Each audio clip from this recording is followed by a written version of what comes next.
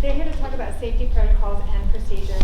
We actually had this plan previously, but I think it's at top of mind for everybody after the Michigan tragedy. So hopefully we can learn some things today that make us feel more comfortable with the things Rockwood has in place for our students. Mr. Dennis is a former Atlanta police officer and detective, and a former Rockwood student. So he comes to us with great experience. This position was newly created by Dr. Miles to encompass and coordinate safety at a district level. So I think that's really a great thing. I'm sure you'll speak more about that. And Officer Bud has been the resident officer at Crestview for 5 years. He's part of the Chesterfield, Clarkson Valley Police Department. And I know I really value his presence here day in and day out to look out for our kids. But he also helps build, I believe, a positive image of the police force. So I think that's another benefit of having him here. So I'll let you both take it from there. Thank you for coming. Good morning. I'm Director of School Safety, Ty Dennis. I kind of changed my title when I came because when I first said the title, everybody thought I was a security guard, and it was like that. I am not. I am, like I was saying previously, I think I spoke with some of you guys last year. I've been in Rockwood School District since 1989. I was a DSEG student before it became a big program. I went to West Ridge in 6th grade, Selvage in 7th and 8th, and when they opened Marquette, my class was the first to go all 4 years. From that, left Marquette, went off to college, got my degree in criminal justice, an associate's, and then I transferred and got a bachelor's in criminal justice and sociology. Played basketball, ran cross country, did a bunch of things, graduated in '02. Went to play professional basketball in Colombia, South America, and all the time I played around in Spanish class.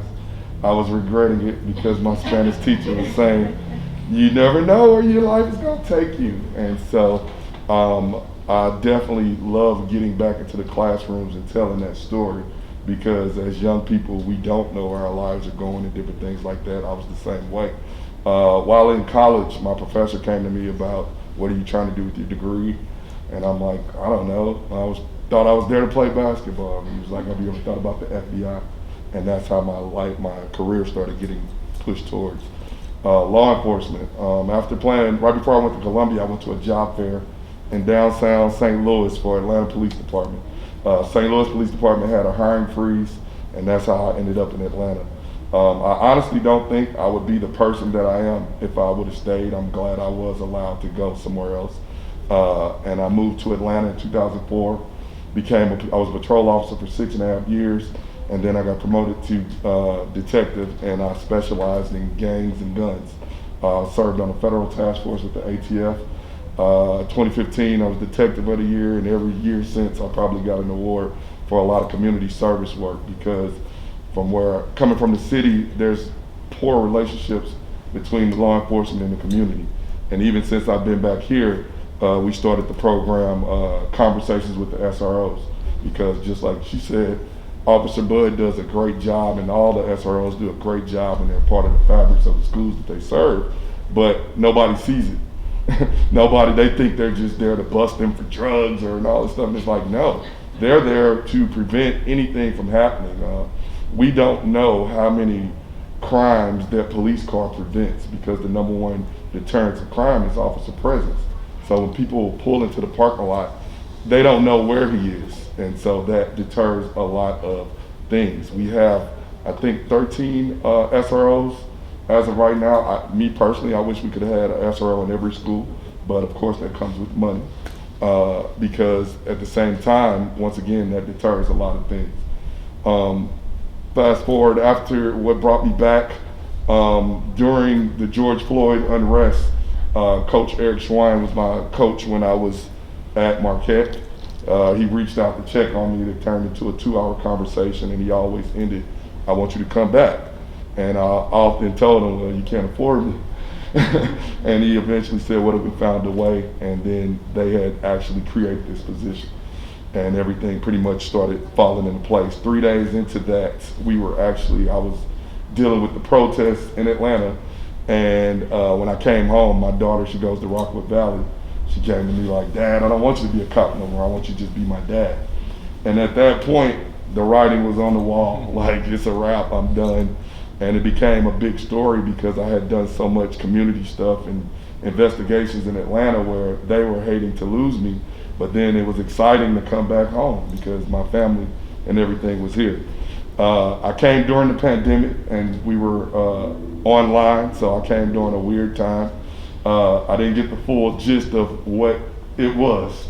During the course of my first year, we've had countless different things happen that I have been privy to that the public doesn't necessarily know. And it's unfortunate because my job, there should be more of me. There should be about 5 of me. With a district 43 miles wide with 32 schools, it's impossible for me to be everywhere. In the beginning of the school year this year, we started doing safety checks at each building, actually going through with the principals and the staff trying to figure out what can be improved because, of course, they know the buildings better than I do. I'm not there every day. They know the blind spots of the cameras.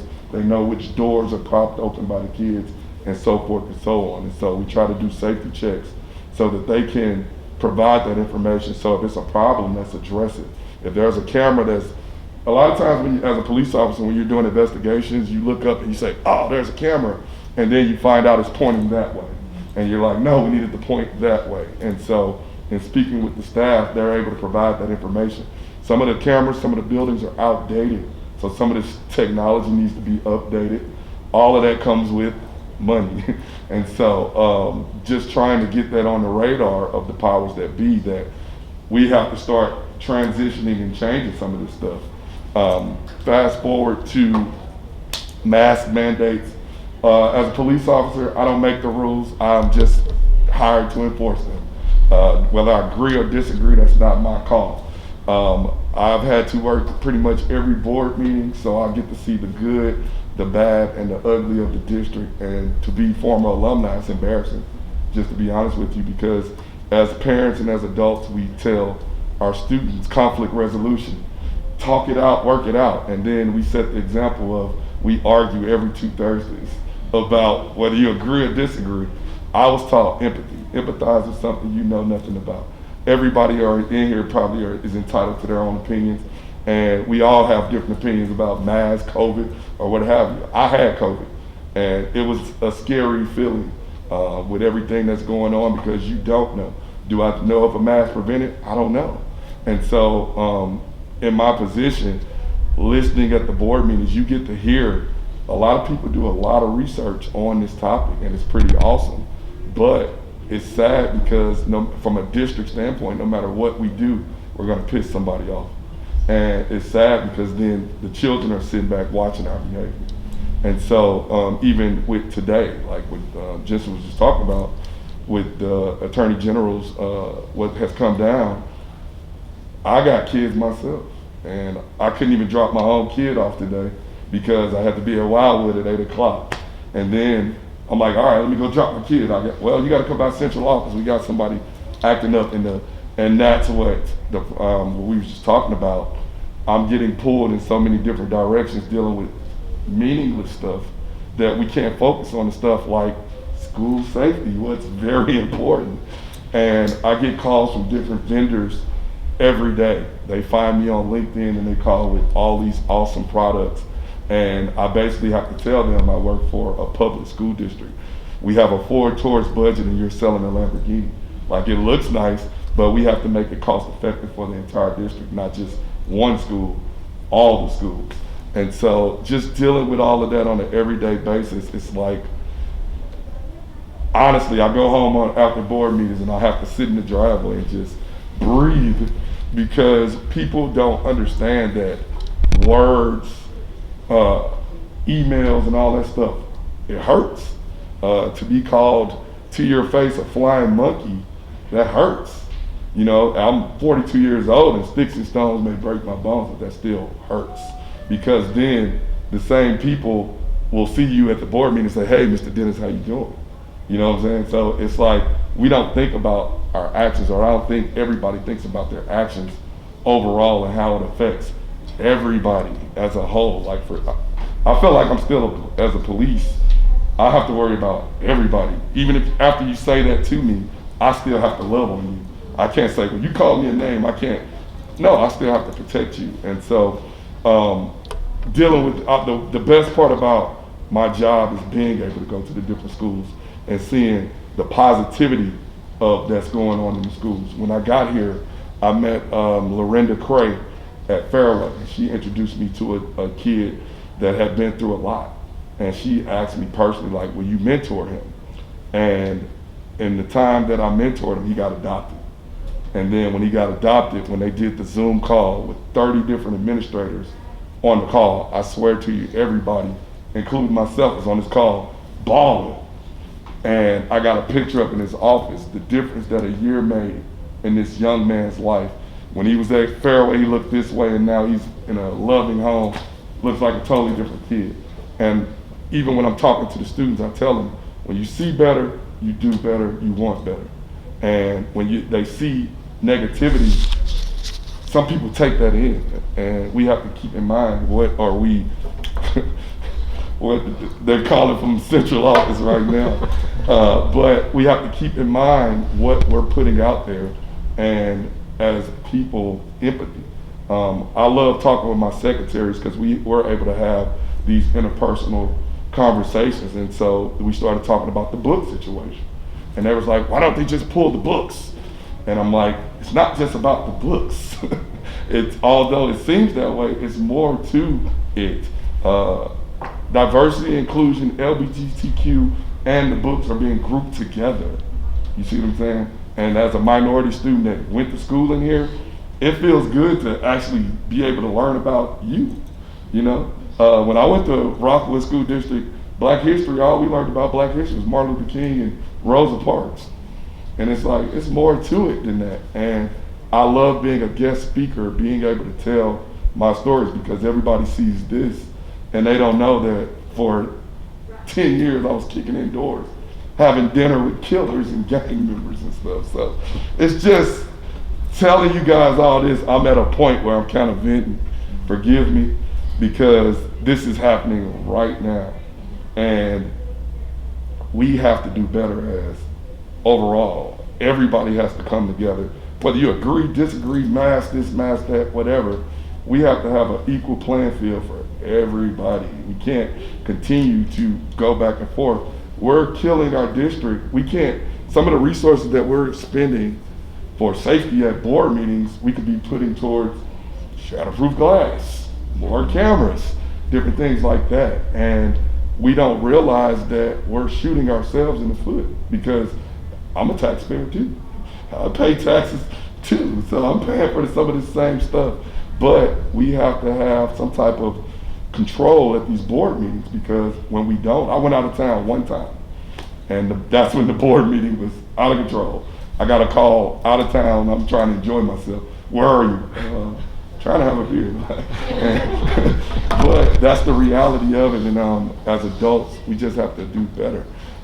Safety-wise, we have all type of drills in place for a reason. And if you look at the Michigan incident, they spoke that the intruder drills helped them prevent it escalating to more loss of life. And I think we're constantly trying to be better.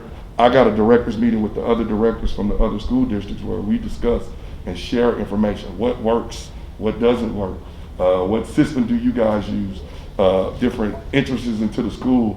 We have different safety measures, but the reality of it all is nothing is 100% proof. It takes all of us. I speak to the kids. That's why we do conversations with the SROs, because they're the first line of defense. They're the ones that interact with these students, and if they feel that it's a problem, you see something, say something. As adults, if you got kids, your kids tell you what they want you to know.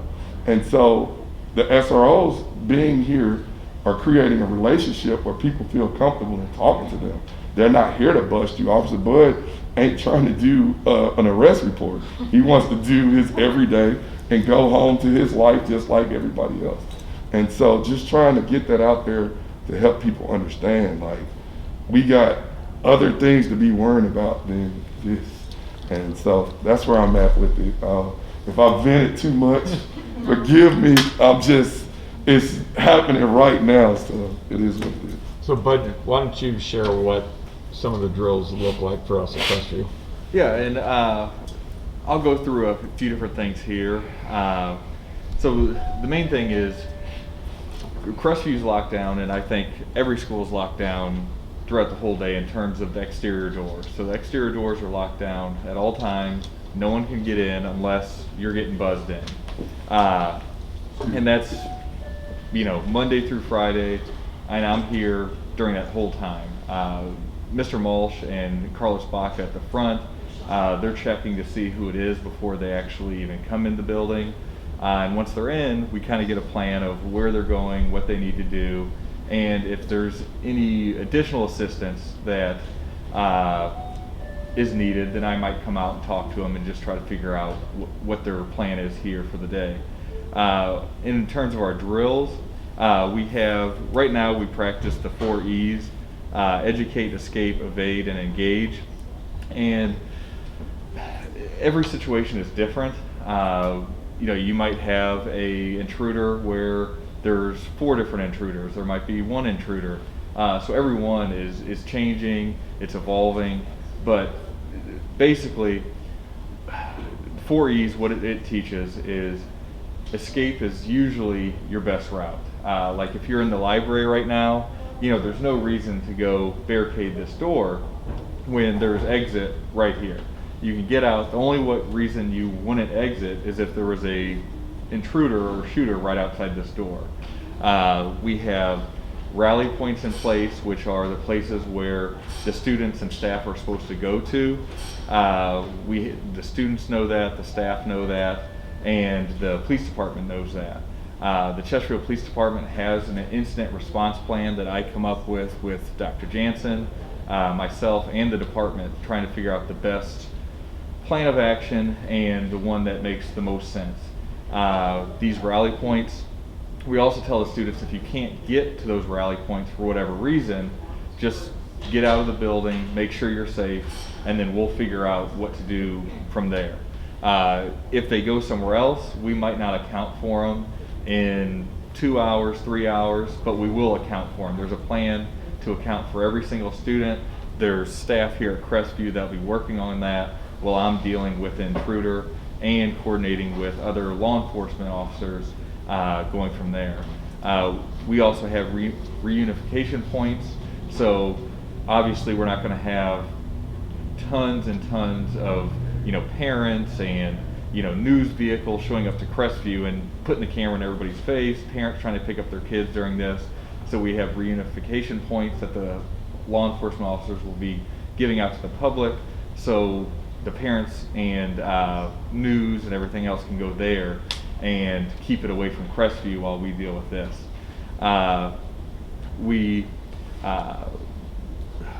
We also go over how to barricade the doors with, it might be chairs, it might be a belt on the handle of the door, pulling it out, where to be in the classroom, make sure you're not in front of the door, make sure you're behind cover, and always be listening, because what we do is on the PA system, if it's possible, we'll try to give updates to the students on where the intruder is.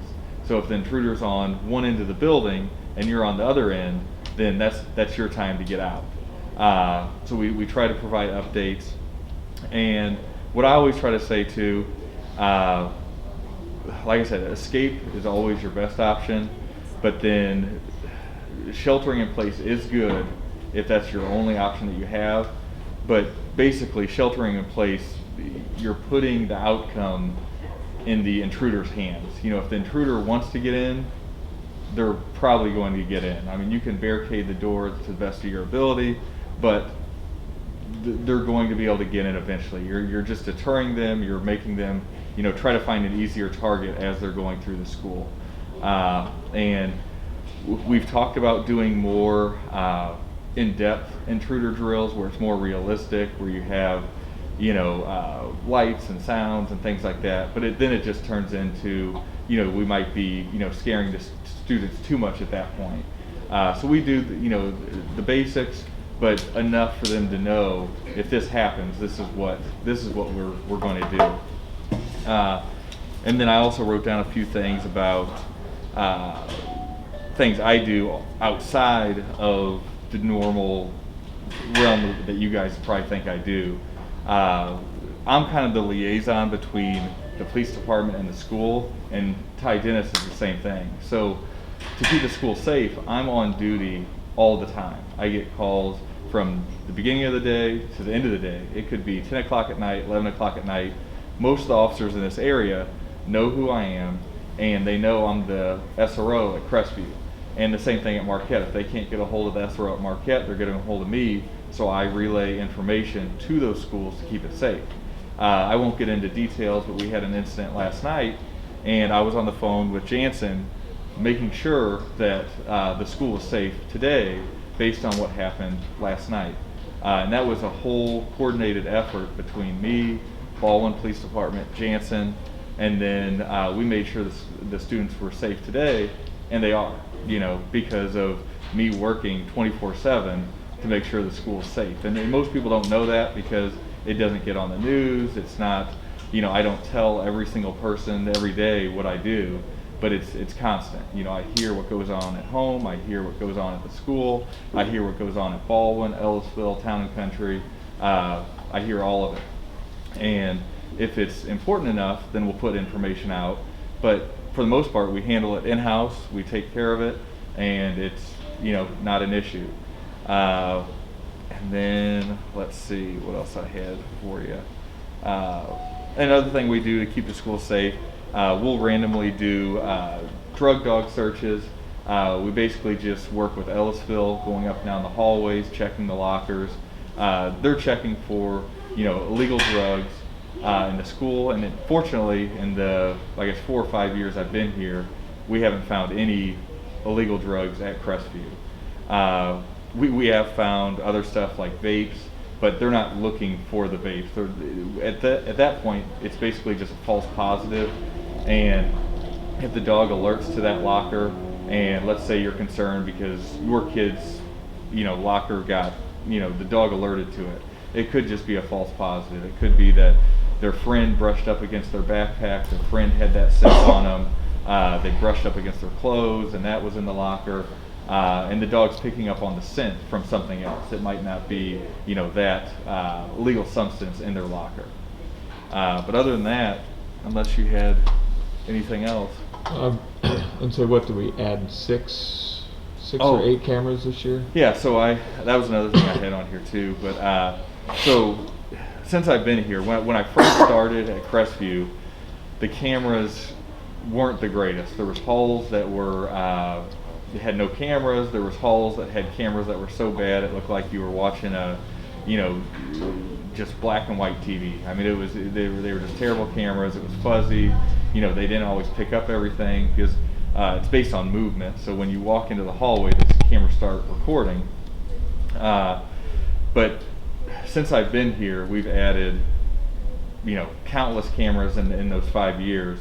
I think in the last year we've had 6 or 7 more here at Crestview, and those cameras went from, super blurry, terrible cameras to HD, clear, and I can zoom in, I can zoom out, I can slow it down to quarter speed, and that's helped us out a lot on, different, not big incidents, but things here, be it a fight in the hallway, students, skipping class, hiding places. I can zoom in, I can zoom out, and it's still really clear. And I have that access in my office at all times. So if Dr. Jansen says, hey, we're missing a student, we don't know where they went, I can get on my computer and pull up 30 different cameras and watch every single one at one time. And if I see that student, I can click on the camera, zoom in, figure out if that's them, and then I can send out that information to one of the hall monitors, Dr. Jansen, one of the assistant principals, and they can go look for that student. And that's helped out a lot. Because like I said, when I first started here, there was probably 3 or 4 halls that were very shoddy in terms of coverage, and now I would say 99.9% of the school is covered with cameras.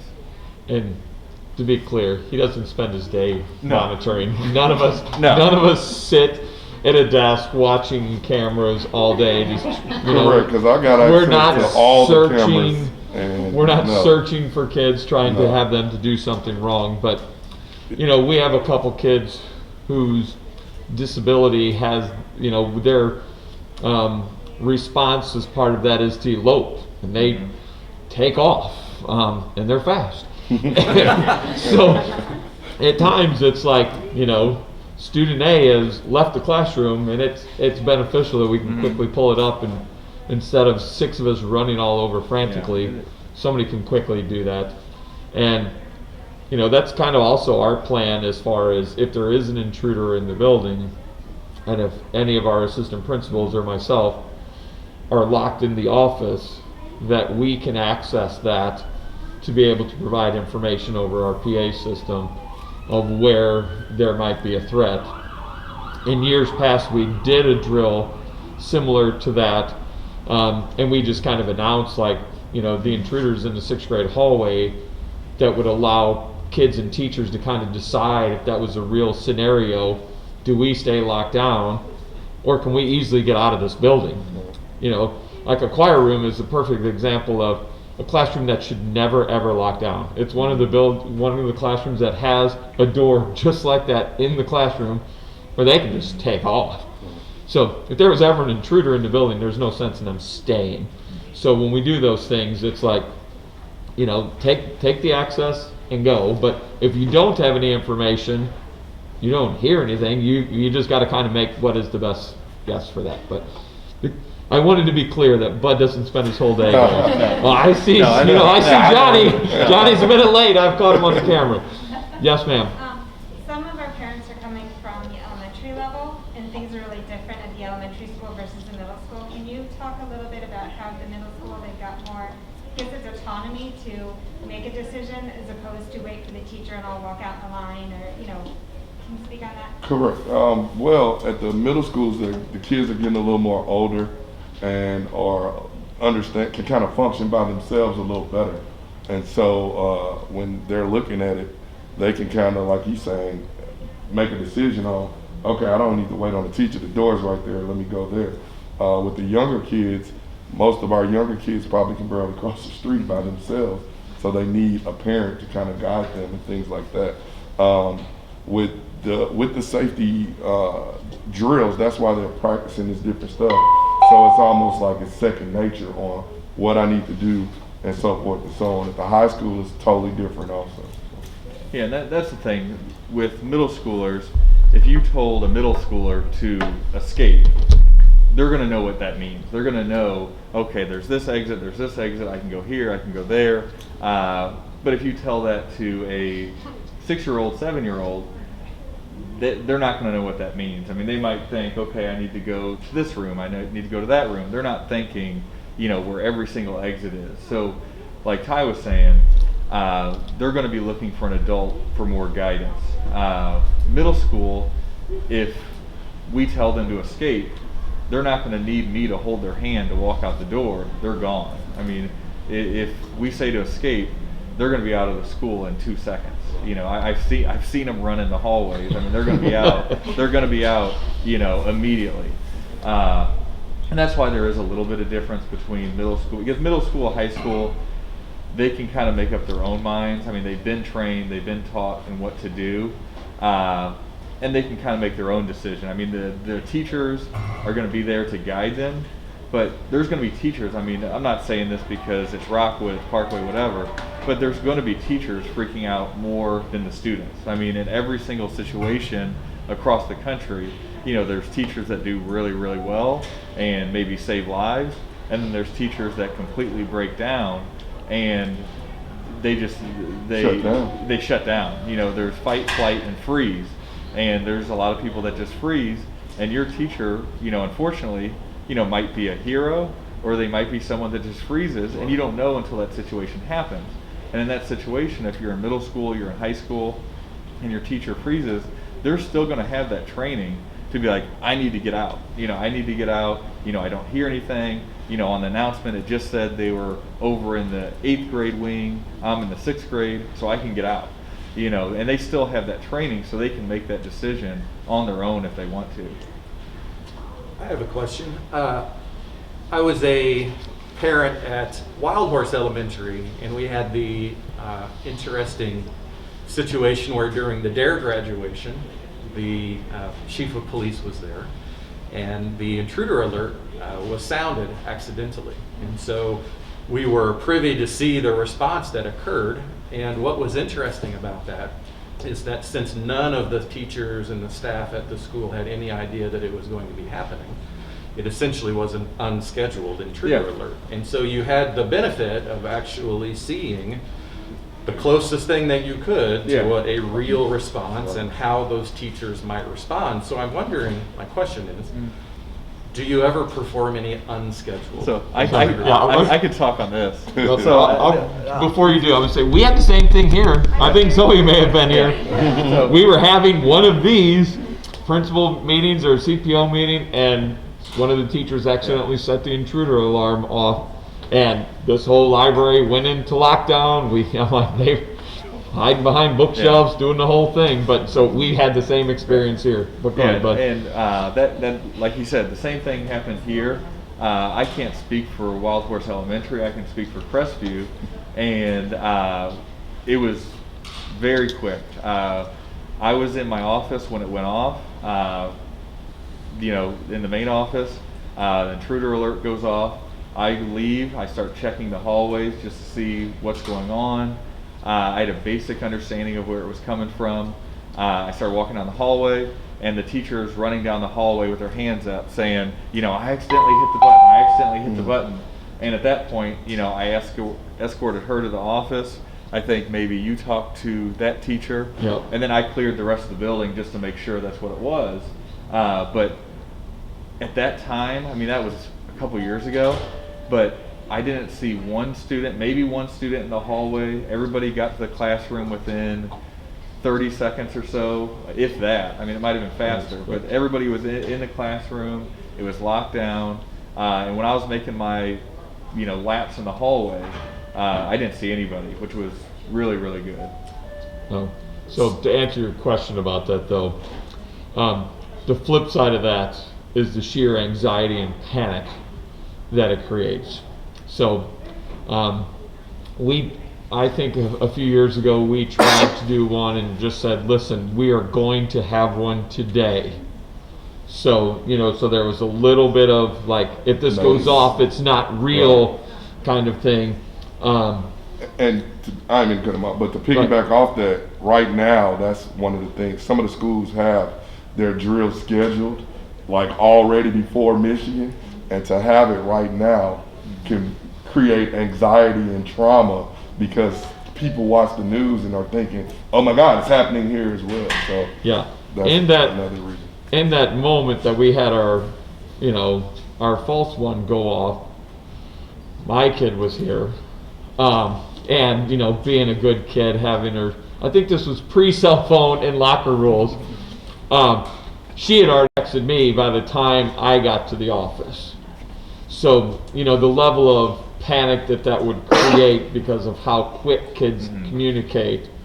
She was like, is this real? Is this real? I'm like, hold on, but that would send wildfire to all of you getting those text messages from your kids when it was just us doing the drill. And it's sad too that we have to prepare for this stuff, but at this point, we're 20 some odd years removed from Columbine.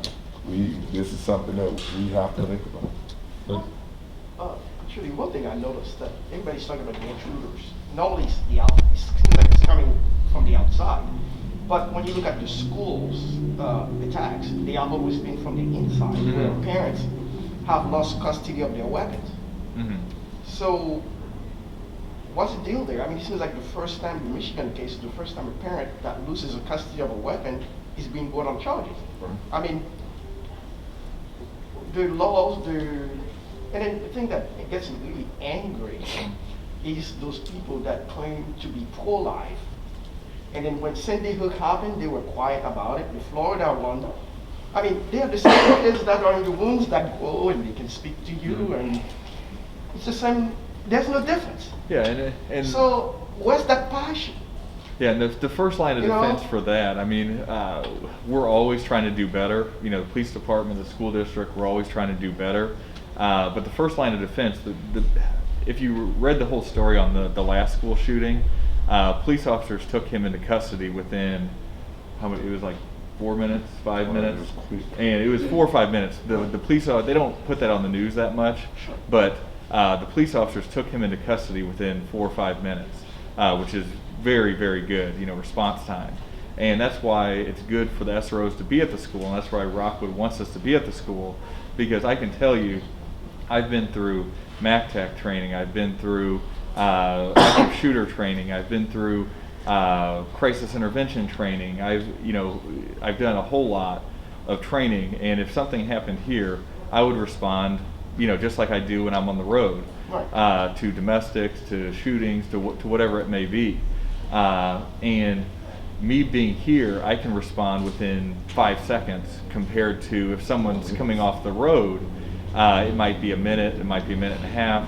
They show up and then they don't know where anything is in the school. I mean, I have officers coming here to do laps with me in the school just so they have a basic understanding of where everything's at. Right. But if I told them, you know, there was a, you know, student shooting in room 203, they're not going to know where that's at, but I would.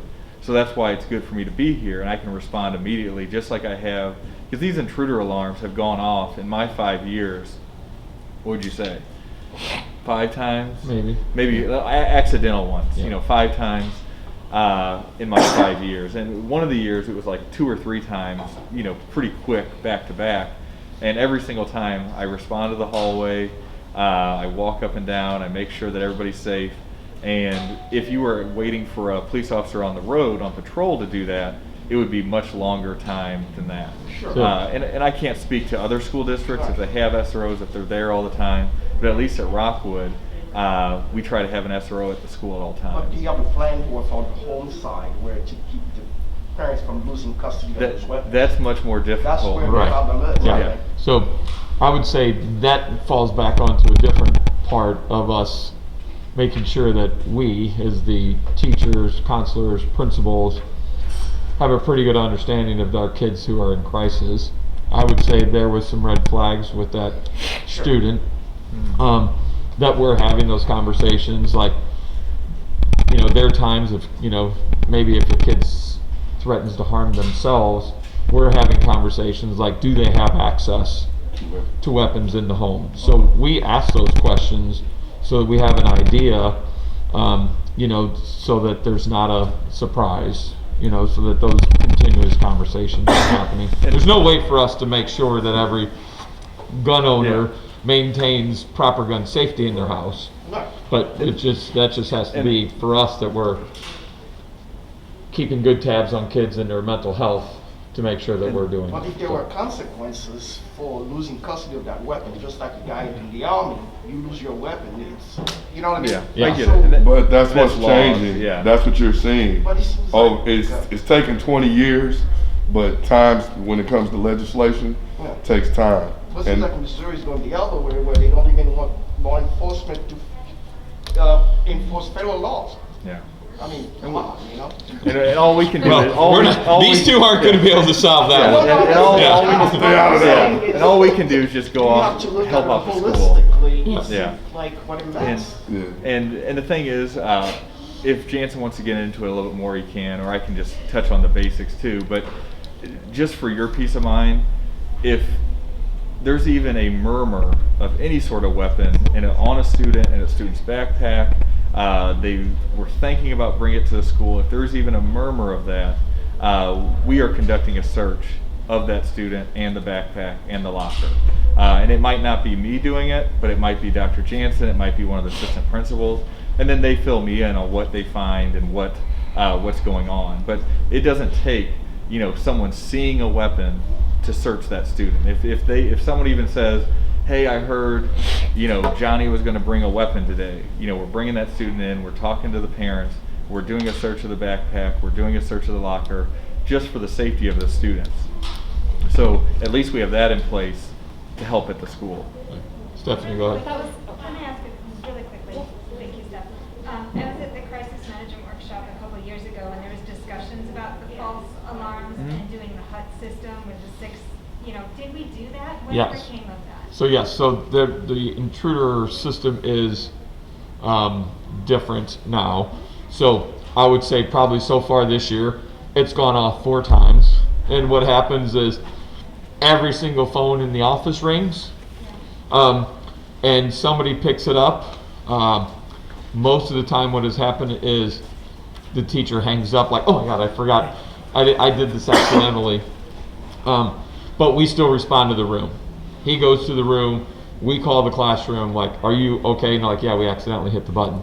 But if for some reason that didn't get picked up by any of the 12, 14 people in the office, then it immediately rings outside of here, and then that process would kick in. We get the alerts, any 911 call from any facility, and then basically, is it accurate or not?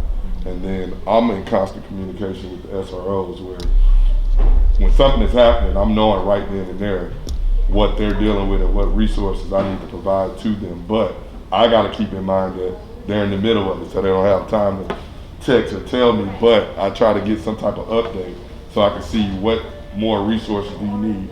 Because in that case, everybody's coming from every jurisdiction, they will be here, but we don't know. It's a lot of times it is possible. So, but Zoe, what changed with that before, the old one was if you accidentally hit the intruder button, something would pop up, and then you had a way to cancel it, or you had to confirm it. So when we had the false alarms, not only did people accidentally hit one button, they accidentally hit the second one. But what was happening with, correct, that's exactly it. It's a panic. It's like, oh, I hit the wrong thing. With the one that we have now, it only requires one button. So anybody, like the kids may not know that they had to go and hit that second thing, but now the system is in place. You just have to hit that one time, and the process would begin. But if it's a false alarm, it's an easy process just to halt so that we don't send the whole school in panic. Yeah. Thank you. That's what I just wanted to, I never heard a follow-up on how. Yep, that's what happened. Stephanie, I'm sorry. Oh, that's okay. I just wanted to ask if there's like a system set up here where kids can anonymously report if they overhear or see questionable behavior, because I know it's a weird age and they don't want to like be pulled into the follow-up or, so Yep. can they anonymously say they Well- heard this or saw this? Well, we used to have a great one. That our school had a Crestview tip line, and it went directly to me, one of the guidance counselors, and everything under the sun was reported to us. Whether Andrew was being mean, Ty wanted to hurt himself, somebody else had drugs at school, like kids reported everything because they could stay completely anonymous with it. The provider of that service basically just folded up.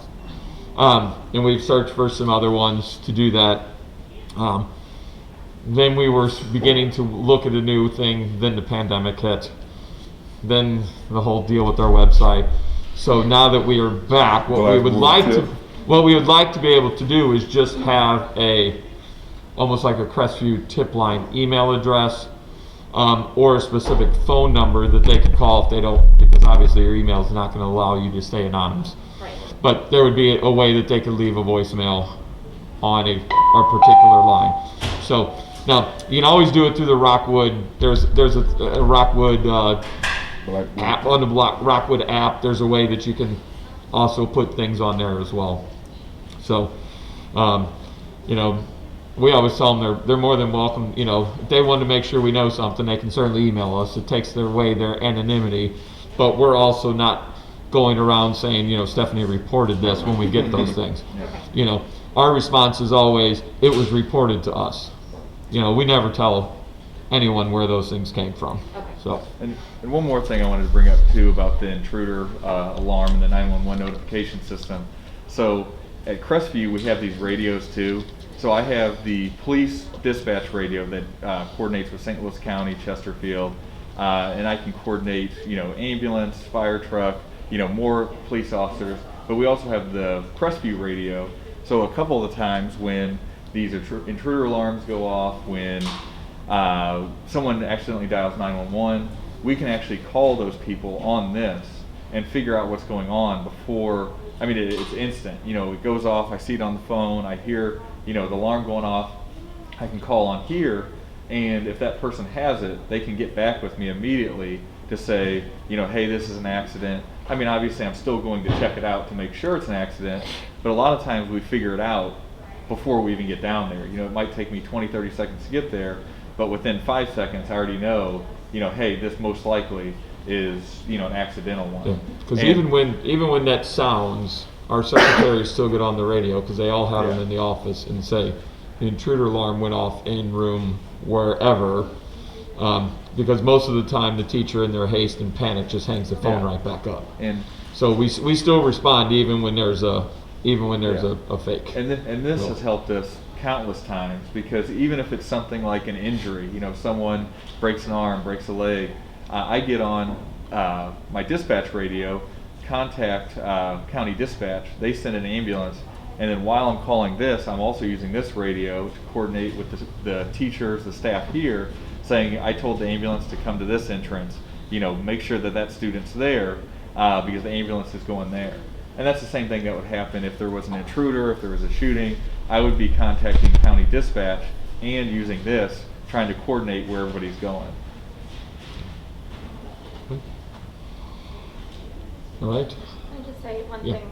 Just on behalf of the CPO, and I can speak for Cursville Elementary, doesn't have an SRO, but you know, we appreciate your time and safety. And if there's ever an opportunity where you could use some further volunteer support, I think it's a good opportunity in these kinds of meetings to reach out, whether you need parents calling in asking for more focus on safety, or obviously there's a lot of fundraising happening, and that's a district level situation, but you know, you have supporters out there, and you should just ask, and we can see if we can help. And I think that's been, some of the emails have been that, what parents are basically saying, if it's something that we need to get involved with, same thing.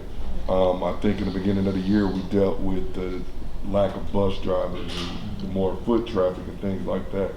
And that became a huge problem on the south end, because once again, we only have so many SROs for so many buildings. And when it comes to traffic, the officer is the only one that can pretty much stop the traffic, this, that, and the other.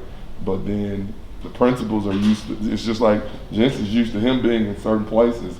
So it was almost like a tug of war.